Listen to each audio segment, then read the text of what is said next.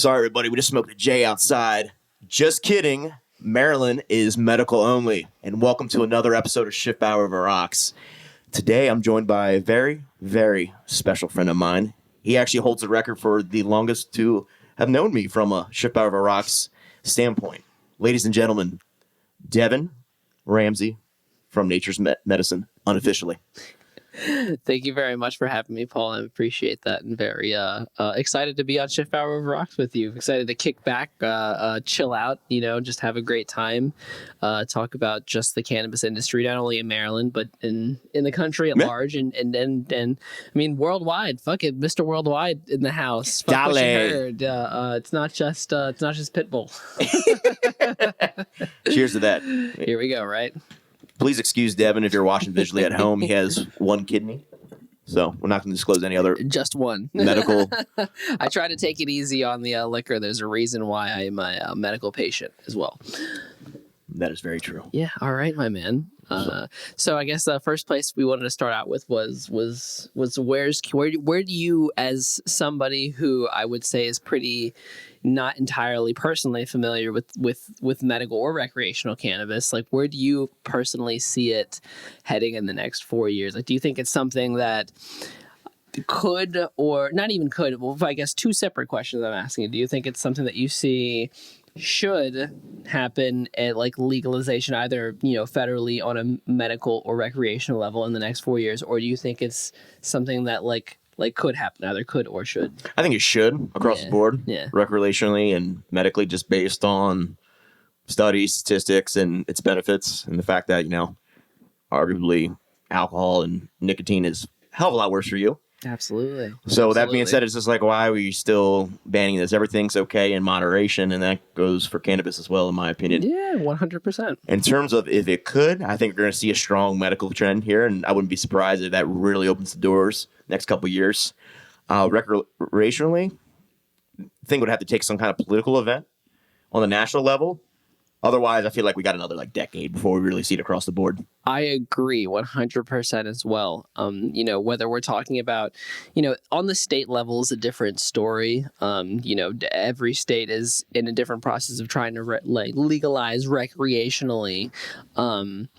I've been a proponent of, however it gets legalized, that both medical and recreational need to stay separated completely, like 100%. There needs to be a medical market with medical growers and producers and a recreational market with recreational growers and producers. And I mean, not to say that you couldn't have one single parent company with different brands with an arm or leg in each, but I think that it's something to consider going forward. And then as well, personally, in the next 4 years, regardless of who wins, I was talking about this actually with my partner's parents the other night. Her parents had asked me. Shout out to Abby real quick. Yeah, shout out to Abby Lord. I talked to her parents, and I said I really didn't think that I haven't seen a comprehensive plan for legalization from any candidate across the board. Which is odd, honestly. Not to say that no one has mentioned cannabis at all, like in any sort of, not even campaign or even just in mentioning what they may do in the next term. But I've seen it mentioned. I've seen, people say that they should legalize it, shouldn't legalize it, but I haven't seen anything comprehensive in terms of like a plan of how to implement it, how they would change the laws, except for good old Joe Biden. My personal beliefs out the door on this one. As far as I'm aware, he has suggested moving it from a Schedule 1 substance to a Schedule 2 substance. Ooh. So lowering the schedule, ultimately taking it off of the most severe one, lowering it down to something that's, I believe, I double check on this, Jordan, but I do believe there's over-the-counter opioids are kind of the other classification of drugs on Schedule 2. Jordan, get the fact check on that one. I don't think necessarily just lowering it down one schedule is something that's going to solve the entire issue of the whole market. Doing that is going to cause 90+% of the dispensaries to have to shut down or rework themselves so much to the point that it affects the little guy, like the average worker, your average bud tender, your average, somebody who's just working for a dispensary or grower or processor trying to make money. And I don't think we want to disrupt the market necessarily at this point. We could have a split. Maybe we could have, some of the market, very small part of it go medical, while a large part of it goes recreational. There's plenty of it to go around, as we're seeing in states like Colorado in their first few years, like having so much from tax revenue that they needed to give it to surrounding states. Which is great. Fact check on that. Fentanyl is a Schedule 2. Get the fuck out of here. Yeah, there we go. Fentanyl is a Schedule 2 drug. Methadone is. It's safer than marijuana, folks. Legally. I have patients currently that. Oh goodness, this damn microphone. I have patients currently that. You know what I mean? Are I'm not trying to put any patient's confidentiality out there, but are trying to get off of things of pain medications of the like of that because of the long-term effects of them. I mean, I myself as a patient, I have one kidney is the main reason. I have a lot of reasons, but the main reason why I can't take non-steroidal anti-inflammatory drugs or NSAIDs as frequently or as carefreely as the average person might be. It takes a lot more of a toll because of the fact that I only have one kidney. People like us in this position, we can't necessarily get pain management for either over-the-counter or, let alone, God forbid, that I go to opioids for my sciatica that literally will keep me awake for 4 to 6 plus hours in the night. It's god awful. I do physical jobs. I've been in retail. I've been in retail for the last 10 years or so. So, all the bending down, all the being down. Shout out to the spaceship. Shout out to Kanye in this spaceship. I've been working the grave shift. I ain't make shit, but now you are. Yeah, exactly. Yes. I'm doing so much better for myself now, thankfully. But those years, I'm still so young. I'm 25 years old. I've been doing it for almost 10 years. Have kind of started to take their toll on me. Obviously, on top of sports and all of those things, it's not just work, but they need to have the option available. I've kind of gotten off topic from the original. It's okay. Other patients and opioids. Schiffbauer of Rocks, we just monologue, and sometimes we bring it back to earth. Yeah. Or other times we'll talk about Epstein didn't kill himself. And now back about the cannabis industry. He really did it, folks. You can call me crazy, but yeah, no, I that just going off of that one single tangent. Honestly, I know you had mentioned, not to put you on blast, but before we started, you had said, some people have brought up to you, if maybe not even with this one specifically, but, can you go for a whole hour? Do you think it's something that you can go through? But cannabis specifically is something that I could talk to you about till the cows come home. I could talk to you about till we're up in the morning. Which is why I have you on, which is fantastic. How long, just tell everyone out there your kind of experience in the industry. My experience, yeah, absolutely. I've been with my company now for almost a year. They're absolutely amazing company, multi-state company.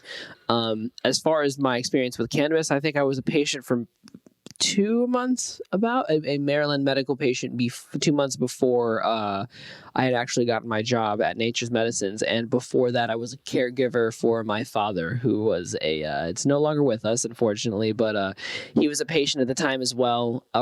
He was a patient when I got hired. Obviously, months before that, he was not a patient, but his doctor had suggested medical cannabis for a relief for a lot of his symptoms for his condition. He had type 2 diabetes, and not just type 2 diabetes. It was gastroparesis. For anyone not incredibly familiar with it, it causes food, once you eat it, certain chemicals in food to once you eat them, they either sit in your stomach for an extended period of time and ferment, and then from there they either go out one end or you end up throwing them up. Either that or the food just goes through your body so fast that you take no nutritional value from it. So coming from that background was kind of, once his doctor had kind of suggested, that was where I started, officially getting involved with medical cannabis specifically. Obviously, we all have our own personal experiences. Growing up, we all have our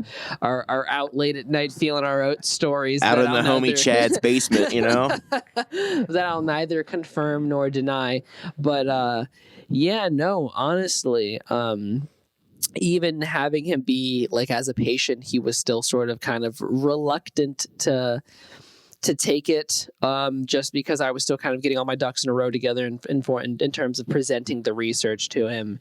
I kind of look back on it now as had I been more aggressive with approaching the subject as I wanted to back then. Like maybe, I'd not changed anything for the long term, but could have made his, last time here more comfortable. So that's kind of where I come from it, Ev. I have a lot of stake in it. I have a lot of personal emotion in it, but I also have a lot of, with that in mind, that comes from wanting to help other people, not stake in terms of money. Like I guess it is my bread and butter. Necessarily I have money in it, but you're providing value and you're seeing that in return. Yeah, and I really appreciate you sharing insight on your background in that regard. Yeah, absolutely.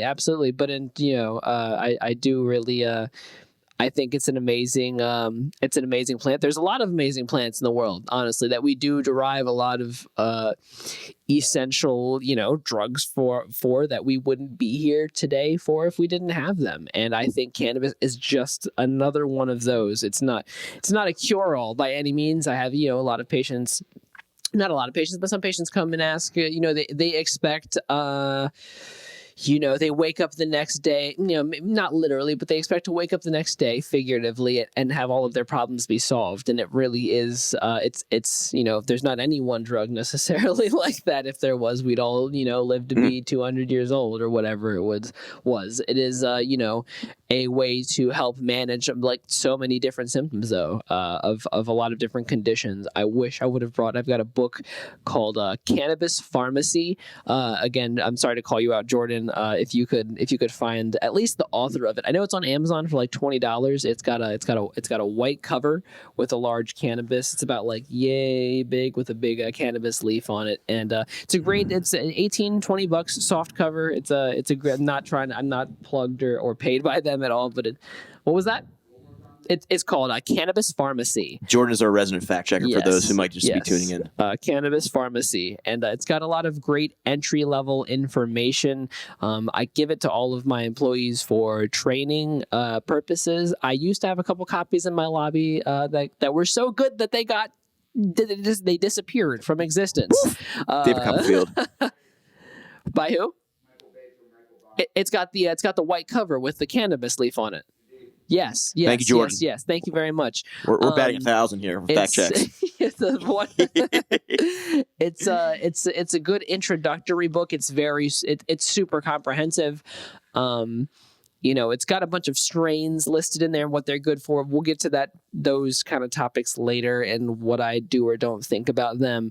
But it's the other half of the book is all condition specific from A to Z and how the different conditions, just different medical conditions can be helped with medical cannabis and what legitimate studies have been done by condition, to help relief with symptoms of those conditions. I mean, anything from Alzheimer's to fibromyalgia to Parkinson's disease. Did not know that. The one that's not even in the book that I've, from personal experience encountering, that someone's found relief from is plaque psoriasis. Really? Severe plaque psoriasis that, I could see remnants of it, but covering their neck, it gets so bad to get their face, their hands. Yeah. That's awesome. No. So there's a lot of uses for it, for sure. So that being said, you're one of the most knowledgeable people I know on the subject matter. And to interrupt you just real quick right there, the crazy thing on that is that I'd consider myself like an intermediary, like a medium level on the knowledge of knowing what I know. We always can learn more, brother. Exactly. I consider it in the way that like Erykah Badu says, the man that knows something knows that he knows nothing at all. Yeah. And the more that you learn, the more that you know that there is more to learn, not just with cannabis, but I mean like with everything generally in life, obviously. So with that being said, how do you feel like companies in the cannabis industry, either recreational, medical, how can they better educate the general public? That's actually a really good question. All right, you coming out here like Sean Evans off of Hot Ones, coming out here with the hot questions and even hotter drinks. Look at us. Shout out to Sean, please. I hope you see this. That blow my mind. But no, no. I think something I have seen some businesses, companies, brands, whatever you'd like to refer to them as, do is offer classes and. that's something we're interested in. Well, actually, my business is kind of just getting, an appropriate teacher and time and space set out for it, but offering different classes on different aspects of medical cannabis. You know what I mean? From conditions and how they can help to just the different compounds within them. I don't want to get too specific. I mean, we can get into that like later. And I mean, if you have any questions about, the general questions about cannabis or how it works or what in it, like what makes one thing different from another, strain of cannabis, I could get into all of that later. But there are classes that I have seen being taught at other, not even at dispensaries necessarily, but just other, like head shops, for example. I'm a frequent user of cannabis extracts. If I'm going to use an inhaled form of cannabis, I have very weak lungs. I don't smoke cigarettes. I never did.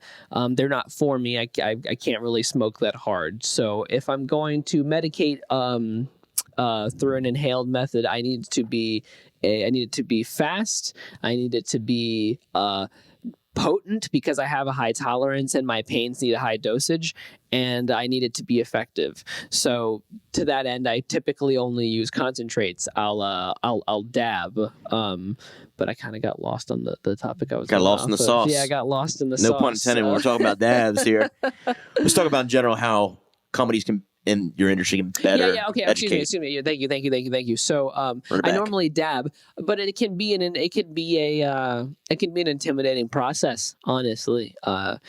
For people that have never dabbed before, if you don't have an electronic dab rig, you kind of have to get, you would use maybe a traditional bong, but it uses a traditional water pipe, but it uses a different piece on the end than it would have to censor that flour in. Make sure the FDA or the CIA doesn't come and watch this. Epstein didn't kill himself. A lot of it involves using a torch, and for people that are of anywhere older than 30 or 40 have lived through the crack epidemic, and that seems very reminiscent of freebasing, even though it's something completely different. So it can be very intimidating. There was a head shop, to segue back to the point, there was a head shop that had classes they had literally dabbing classes. They had CBD dabbing classes. So they would take a CBD isolate, the CBD, like the molecule isolated from hemp or cannabis with it has to be below 0.3% to be considered hemp or CBD extract by federal limits. They were having classes and people, a bunch of them using CBD extracts, and they had an oil rig with they torch it for them, teach them how to use an entire oil rig setup and take a dab and everything from start to finish. And they would, have them like hit it and everything and hit it in there. And it was totally fine because it was a CBD extract. Mm-hmm.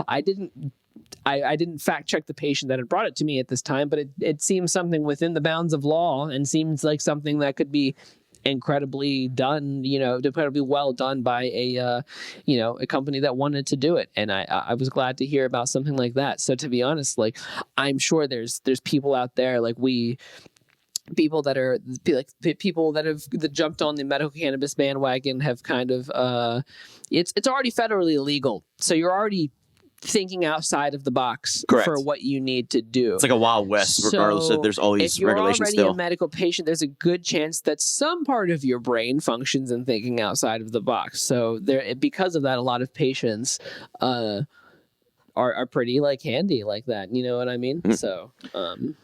Kind of my next question. I'm just kind of curious. I think it's a very interesting time we're living in with this industry as expanding in terms of what's legal and what's not. Absolutely.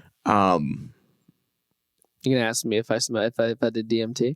Oh, have you smoked DMT? I haven't. I have a whole high horse I could get of psychedelics and DMT, but no, I've never imbibed in the. That might be a follow-up episode. We'll have to have a follow-up DMT episode. Waking Life is a really good movie. I know a lot of people that have smoked it. I know a lot of people that have synthesized it. I know a lot of people that have. I know some people that have been in my apartment when I used to have an apartment and have smoked it in my apartment, but it's not something that's particularly for me necessarily. Nor for everybody out there. So do not smoke DMT, kids, unless you're very comfortable with your psyche. Yeah.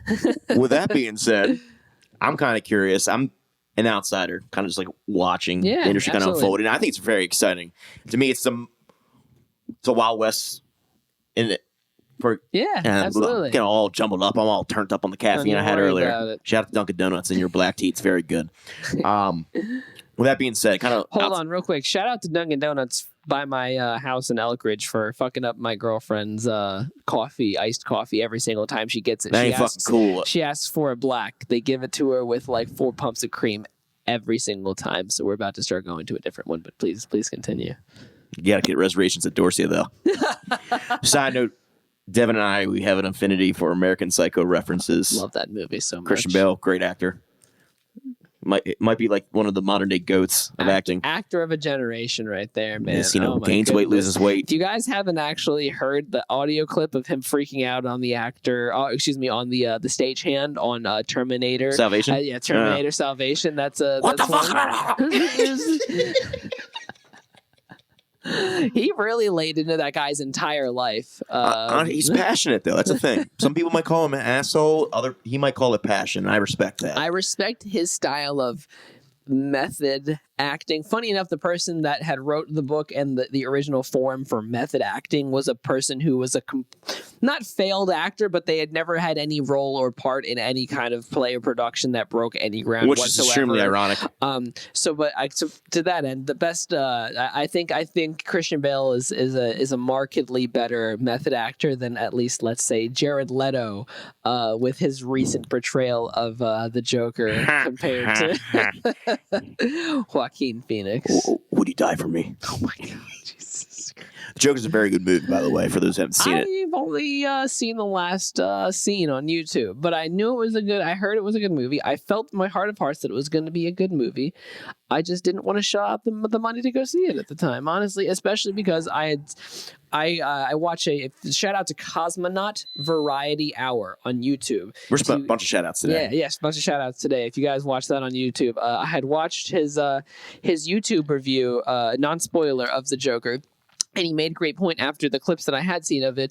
The movie would have benefited infinitely had it not been attached to the DC cinematic universe. I think it adds a whole bunch of connotations behind it as far as what, where does this movie fit in the larger scheme of things? And they try to keep it as far away as they could. Oh, of course, but they still had to have the Bruce Wayne in there and the Thomas Wayne. The Thomas Wayne, not so much of the Bruce Wayne, but felt a little shoehorned with the kid. There. And he's yeah, you know what I mean? So I'm sure it was not sure. It was a good movie, and I like the character a lot, but first back to I think that Christian Bale is better than Jared Leto, and then to segue back to Cannabis, where were we on that? You heard it here first. Paul Allen, anybody? Oh my God. You got reservations at Dorsia? Reservations at fucking Dorsia. If you haven't seen American Psycho, go watch it. Either you'll love it or hate it, but it's a very great film experience. It's yet to be square. Do you like Huey Lewis in the news? Oh my God. All right, back to business. I mean, we got back on that horse a little bit. Business casual. With that being said, so outside looking in, you got all these companies emerging in different states. Oh my God, so many. To me, it's just like from my marketing kind of branding background, it's just, I feel like it's going to come down to, it's slowly opening up. More companies are allowed, kind of allowed to do business. Mm-hmm. To me, it's going to come down to customer service and how these individual stores and companies market themselves to their general communities. So I don't just further get your further thoughts on that. Yeah, no, absolutely. I think 100% of that. So this is going to be a great, I guess, topic for me to segue into what I was mentioning earlier with getting into the specifics of cannabis. I guess you guys didn't know you were going to learn something today. You finna learn today. No, the customer patient service, whatever you'd like to call it, is going to be one of the biggest aspects of it, period. It's the biggest, one of the biggest aspects of going to shop at any retail store today in today's online market. I mean, when I could go buy something cheaper online, the whole reason I'm going to, aside from wanting it immediately, the whole reason I'm going to go buy it in person is because I want the interaction with someone. I don't want to talk with a robot over the phone. I want to talk to you, and you're going to get it solved for me now. It's the same thing with cannabis, honestly. I have more absolute on that. mind. I think until legalization maybe kind of changes and there's more lax laws, there will always be a heavy human element involved in the sale of it. I haven't really seen any places kind of try to do like Walmart style, not even Walmart style, but I just want to say, I'm trying to think of a business that's super impersonal, but I can't think of any cannabis businesses at the moment that are super impersonal with almost like automated. With how they handle their business. It'd be one thing. Imagine Panera Bread, how they have you can order online and then your order is ready. Mm-hmm. Imagine a cannabis place where you kind of just walk in. It's like, oh, here's my order that I already ordered. It's here. It's funny enough that you mentioned that actually, because there's a lot of that. I have online ordering at my store. It's not, you can't pay for it ahead of time, obviously, because it's a medical market. So you would place your online, and same at any other store. You can't place it online, or you can't pay for it online. You can place it online and then go in and store and pick it up. But then most places will let the benefit to that is you get guaranteed your product's going to be there when you get there, and some places will let you skip the line.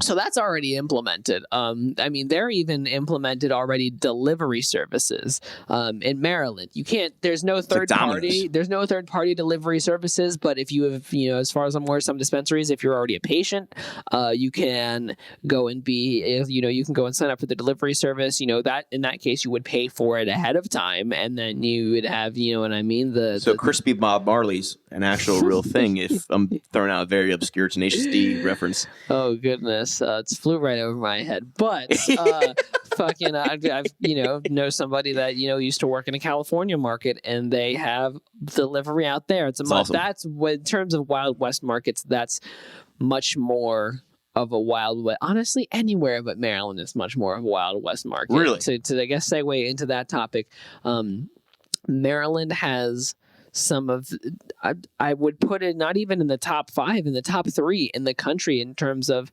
the quality, the standard that our medicine is held to.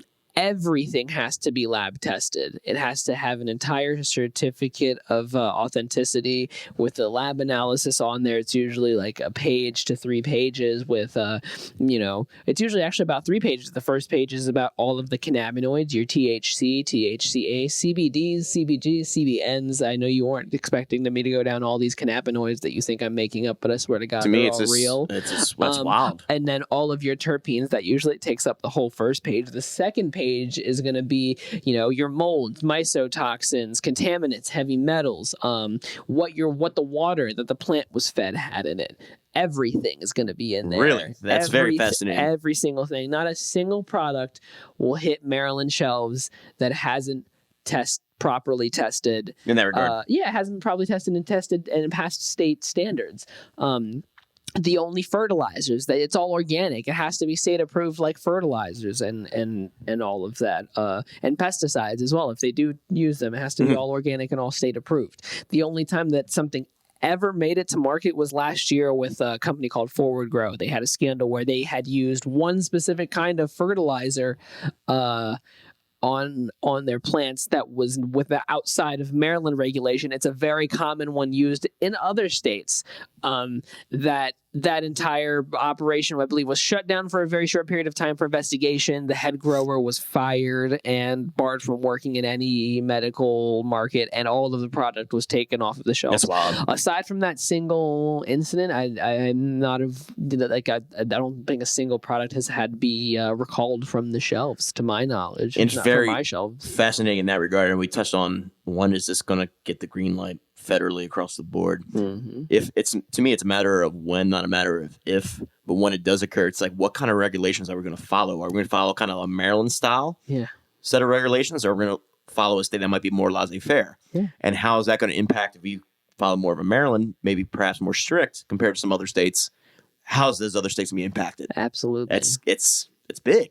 Absolutely, and even just comparatively to other states, they don't have the same kind of labeling on their packaging. So I guess before I get to that, I'll break down kind of just medical cannabis in general, and how I would essentially, explain cannabis to a new patient. I won't give you guys a tour because I'm not in the store, but essentially how I would do it is tell them that there are, several different cannabinoids that can help reduce inflammation and also help regulate other processes within the body, because you do have an endogenous cannabinoid system that will react with other naturally occurring cannabinoids that you find within plants. Cool. So THC often combined in small doses, especially starting out, but anywhere from 1 to 8 milligrams of THC paired with a 1 to 8 milligrams of CBD is going to kind of be like your sweet spot for most conditions, honestly, to begin, just to start out with. And this is not including people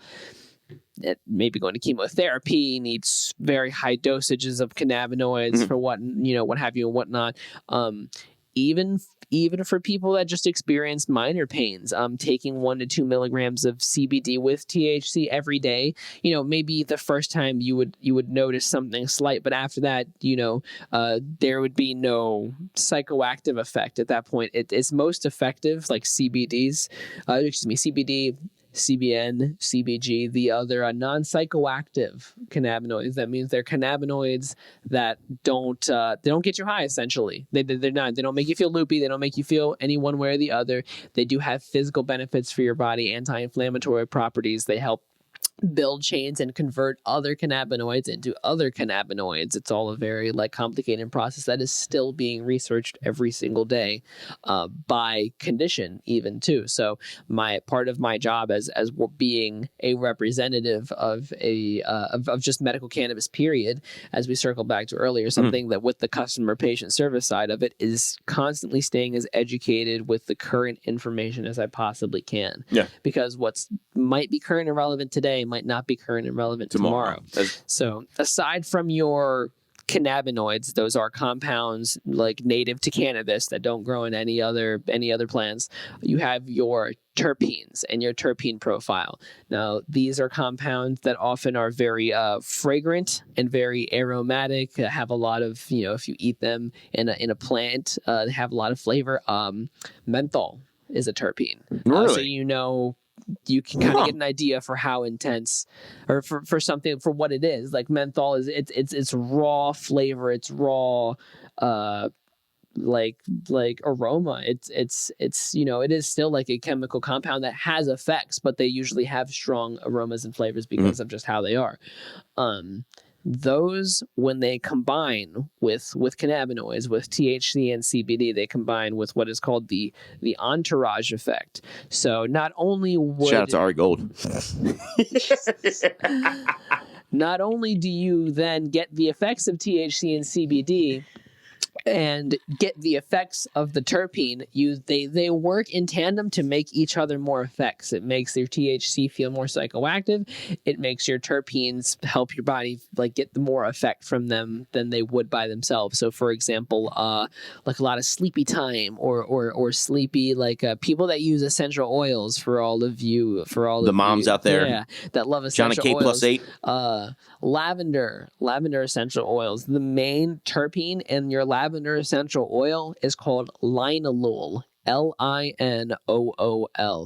It is used to promote. It's a very effective anti-inflammatory terpene. It is used to fight insomnia 100%. So when coupled with relatively higher amounts of THC, you'll get a strain of something that will knock your ass out. So it's something that'll make you feel a lot more sleepy. And so that is one single terpene combined with THC in a single strain of cannabis, and most most strains of cannabis have dozens of terpenes. I was going to touch on that. So just what's the kind of scope we're looking at in terms dozens of terpenes. And let's say I have 2 different strains. Look, I brought physical examples. This is not a great example, but it's an example, everybody. Let's for say those watching. Let's say I have strain A and strain B. And let's say the order of magnitude, I'm not going to get into super specifics, but let's say there's terpene number 1, number 2, number 3, number 4. They're in ordered in magnitude. They both are in the same order of magnitude in each of the strains, but there's different amounts. So let's say there's 5 of number 1, 4 of number 2, 3 of number 3, and in this one there's 4 of number 1, 4 of number. So the same exact kind of terpenes, but slightly different levels. The degree of it varies. Exactly. You would think that they would taste and smell fairly similar. Pretty similar. It can vary drastically just on those slight changes to those levels. Huh. Yes, absolutely. Very fascinating. So there's a lot to it. There's a lot to it. You're blowing my mind right now. No pun intended. It's just like Tim and Eric gift, right? Tim yes. and Eric. Shout out to Tim and Eric. Absolutely on ice. Unofficial sponsor. But yeah, no. So I think part of going forward with medical cannabis is researching these terpenes, how they interact with cannabinoids, and then from there how they interact with our body and how we can tailor our experience from there. And I'd segue back to when I said about Maryland having the advanced market that it does. You can go and be you can go shop in Colorado and California as a recreational, customer. If you go and ask any of those bud tenders or employees or whatever you want to call them, if you go and ask them what is a terpene, or not what is a terpene, but if you were to ask them about specific terpenes, I mean, how many could I name to you right now? I'm not going to tell you what they do, but I know what they do, and I can tell you what they are: myrcene, limonene, linalool, terpinolene, alpha-pinene, beta-pinene, ocimene, transneurolidal, caryophyllene. That's just 10 off the top of my head that are fairly common inside of cannabis, and I could give you pretty relatively accurate effects off the top of my head for every single one of them. It's because of that's the baseline training that all of my employees and all of everybody, as far as I'm aware in the state, goes through. You won't find that like in another state. They know what a terpene is. No, you're blowing my mind right now. They know that the term terpene refers, in regards to cannabis, refers to the flavor and aroma profile. But it's very top line. Exactly. It's not like we're not getting to the nitty-gritty, the details, which actually impact and really bring change to our patients and the customers we serve. Exactly. So it's there's a lot to it. I guess another topic I could talk about is the big fake cartridge scare, I guess. I know this one girl, I always tag her in because she vapes all the time. I'm not gonna throw her under the bus here. I feel like I should, but like every time I see like a post on Facebook about like, hey, call this lawyer if oh no, your damage has been, your health's been damaged from vaping. I tag her in it. She knows who she is. Shout out, yeah, unofficially. No. That's another consequence of having you're not even just having, I guess, it's another it is a consequence of having, but it's a consequence of buying from the unregulated black market. You're getting, even if a cartridge was made with the 100% best of intentions in terms of the liquid that was put into it. So let's say you have a THC distillate liquid, and it's there's minimal parts per million of solvent left inside of it. There's still a little bit left in there. It's within the safe limits for you if you were just going to, smoke it and inhale it right there, or it wouldn't kill you. But if somebody on the black market, sourced the physical cartridge that they put the oil in from a non-reputable dealer, they can, then contaminate the oil that they then have because of those residual solvents. You have a lot of, you might buy cartridges that have some soft metals in there that break down easily, and the solvent will then break it down into the liquid because the longer it sits in there, the more it's going to leach, stuff from the cartridge in there. All of a sudden you're throwing up blood. Exactly. It's not a good look. Like I've had a lot of patients come to me before this whole crisis and be like, over the last year or so, and be like, why would I pay, $50 for a half-gram cartridge when I could go down to Washington, D.C.'s unregulated market and pay $20 for the exact, so like $15 to $20 for the exact same thing? But it's not the exact same thing. Exactly. That's always my answer. And no one wanted to listen to me until people started dying and they started noticing the pattern. And I've known it's not a good thing. And so just to that end, if you're not a medical patient, don't get cartridges. Just don't do it.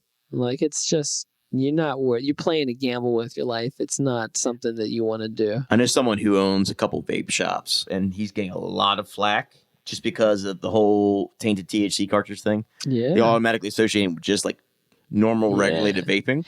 Honestly, I think normal regulated, a lot of those, like those vape mod boxes are just as dangerous, if not more dangerous, than the fake THC cartridges. Well, I agree with you, regardless of what those in those industry might say. Yeah, for sure. I think if you're not, again, it's the same thing. If you're not sourcing your products from a reputable dealer, and you also don't know your voltages, your amps, your wattages, and the heat that's running through your heavy metals, it's going to break down and leach that stuff into the liquid that's going into your lungs. It's not hard to There's understand. not enough studies. Yeah, honestly. That's what I'm saying. But it's funny that they're facing flack from it, because I get patients coming in every day asking me, like, so are you guys still selling those cartridges? And I have to remind them that yes, because there hasn't been a single case of any kind of Maryland patient having any issues from a cartridge that bought you guys from. supplied. Yeah, Correct. Exactly. Not even us as a business, but us like as any dispensary in Maryland. Period. Because the regulations, how good they are. Exactly. Mhm. Exactly. That's what it comes down to. I always joke with like vaping in general. It's just like the cute girl that you see like vaping at a party is gonna be smoking a pack of menthol cigarettes when she's like 30, and that same goes to the dudes too that are just fucking ripping clouds. Like, yeah, absolutely. You're gonna be hitting them cowboy killers in a couple Due time, years. baby. So grow up, smoke cigarettes. I'm kidding. That's an awful message to send everyone out there. Just don't vape if you don't need to. It's a great alternative for, if you know what I mean, if you for vaping nicotine. If you used to smoke cigarettes and you're trying to wean off of them, it's a good option. Mm-hmm. But I think for a lot of these kids that have never, been exposed to nicotine, it is now a concentrated. Oh, excuse me. You need a little I'm pick so me up. sorry. I do. It's a highly concentrated form of nicotine that they would have never had access to regardless. Otherwise, yeah, and that's absolutely. their first exposure to it. Yeah. Oh, goodness, excuse me. I'm feeling a little parched. A little parched. How's your Absolute Nice handling you out there? I'm thinking I'm just top off a little more. Got to be very responsible here to our unofficial sponsor, Absolute Nice. It's a very boom. There you go. So, boom. Boom. Do it. Shout out to Tekashi69 not getting out anytime Jeez. soon. I didn't think this podcast was going to go here today, but here we are. We are hitting the proverbial wall. I heard he got a record deal, actually. I heard that was false, though, from people in his camp. Really? It's a Fugazi. It's a Fugazi. It's a Wazi. It's a Woozy. It's a Fugazi. Buried us. Oh, no. So who fabricated? Did he fabricate that himself? Or? Allegedly, people from his camp and misled media reports. And then I guess the camp was split into different sections. No, you're snitching on them. Jordan, do you really want to get Jordan the fact check stuff about Tekashi 6ix9ine? I don't think so. I think we're just going to go off a hearsay for It's this fucking one. Trey away, but not really, because we do not want the feds surveilling us moving forward. Not trying to get hit with that, Rico. Nah, it would not be a good look. That's a very good song by Drake and Meek Mill, though. I'm glad they patched things up. Did they actually? They did. They got no more beef anymore, which is probably the best. Wasn't it over some chick? It was like Nicki Minaj or like. Yeah, because Meek Mill was dating her, and then apparently. Yeah, I don't know who. I was gonna say that's not. Well, that's me. That's not me. It's out of state. You out here getting hit by the out of state clients. And we're actually worldwide. Schiffbauer Consulting Group, shameless plug. I'm just gonna add the little logo above our heads right here in the video. Fuck yeah, Schiffbauer Worldwide. Let's get back to it. Yeah, absolutely. I'm sorry we did get kind of carried away. And that was Prestige Worldwide. Wide. Step Brothers, honestly, probably one of the most watchable comedies on repeat. No, yeah, absolutely, man. just both of them. John C. Reilly and Will Ferrell are just two very incredibly funny men, honestly. Like, I think that was a good, definitely an interesting concept for them for sure. But I think that if there was going to be anybody playing those characters in those movies that was going to do it, like, well, it was them, and they definitely did do a good job. The fucking Catalina wine mixer. The fucking Catalina wine mixer. I remember I actually threw a fucking Catalina wine mixer in Glen Rock, Pennsylvania one summer. Yes. Drank a lot of boxed wine and IPAs. It was very rocking. The only thing we were missing was a late 80s Billy Joel pop band. Did you slap the bag? Oh, we slapped the bag. I just think, what would Meek do? Oh my God. Oh my God. Something interesting, actually, just back to medical cannabis real quick. So, boom. I would need to fact check on this, but I heard from one of a patient that I know that in Pennsylvania there is only one day in the entire year that as a patient you can bring in your medical waste to dispose of. Really? So like your empty containers, your cartridges, I guess maybe if they have cartridges, oil, anything like that that's been contaminated with with a cannabis product. There's only one day that you can legally dispose of it, because if you throw it in your trash, before then, or police search your trash and they find it, that's, I don't know if it's a fine or revoking. I don't know if they're afraid of a kid digging through the trash and getting the residue, but excuse me, goodness. There we go. Had to give myself a little wiki uppy. Yeah.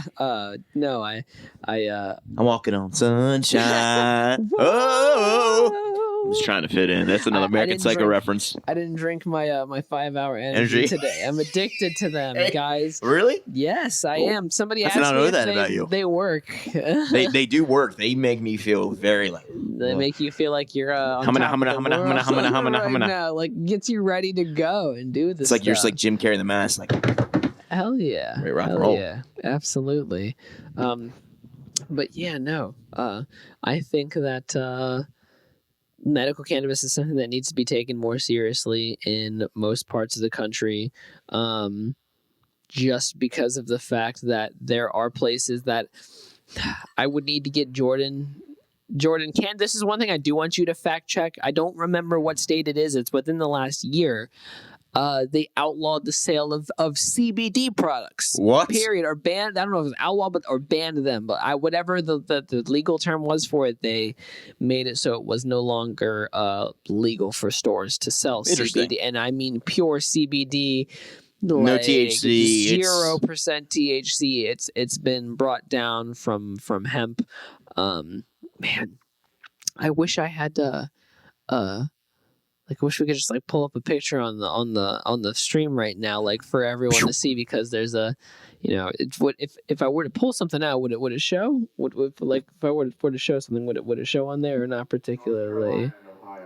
Yeah, that makes a lot of sense. And Ohio. Wow, North Carolina, really? I was just down in Outer Banks. That's crazy. I'm not surprised. Thought they had CBD. Kind of antiquated. Washington State banned it with what? Only with food or drink. Okay. All right. Fair enough. There's a lot of CBD water brands going around. Man, that's sad. I only say that because I had known the North Carolina one must have been recent, because last year I had talked to a couple patients that were trying to start CBD businesses down in North Carolina, CBD flower businesses. So. Yeah, that sucks that some of these places can't even grow things that are completely non-psychoactive, just because of the stigma behind it, I guess. I mean, just going forward long term, it's just whatever federal laws come to play, they bring light to what actually is the truth and what are the actual benefits long term. Where absolutely laws they have been going on in North Carolina, and Ohio, they can get kind of reversed in the right direction for everybody. Kind of wrap everything up and tie everything together outside Jeff Epstein and American Psycho references aside. Didn't kill himself. Did not kill himself. Where do you see the industry going from your point of view? You kind of threw it out to me at the beginning. You're very curious to get my thoughts, and I gave it to you. So moving forward, where do you see it going? I mean, how do you hope companies market and position themselves for the betterment of their patients and their customers? And I give a very idealistic kind of framework of it. Yeah, absolutely. I don't think that we're going to get anywhere on a federal level for the next decade, but that should be an idealistic perspective because there's no comprehensive plans put forth by that. So if anybody were to do anything on a federal level right now, it would not be good. So optimistically, nothing good for the next, or nothing, actually not good, nothing done on a federal level for the next at least 4 to 5 years. I know I said decade, but I think probably for the decade, but most likely for the next 4 to 5 years. That does mean that it's going to leave it up to the states, though, going have a forward. lot of influence. Yeah, exactly. I mean, Maryland's medical market, I know 4 growers, like 3, I believe, a 4th have put on additions, but 2 or 3 of them have literally doubled the size of their growing facilities to meet up with patient demand. It's a massively growing business, no pun intended. It's going up in smoke. Yeah, it really is. So it's gonna. I think that it's just going to be up to states in the coming years about how they choose to handle cannabis moving forward. I know, I believe Illinois as a whole, but Chicago legalized recreational cannabis, and that will be able to be for sale starting next year. So we're making steps forward everywhere. We got to get some of those southern and midwestern states kind of on the bandwagon as well. Yeehaw to that. And on that note, any final shout outs? Shout out to Abby Lord. I love you. That's very wholesome. I just want to say shout out to Colin Riley. We won a little question trivia the other day in terms of who I was going to have on from an industry standpoint. So shout out to you. It's a Fleetwood Friday. We're recording this. It's going to come out next week. But keep on frocking in the free world. Paul Schiffbauer, Devin Ramsey, Schiffbauer rocks. Absolute and ice. Forever. Forever.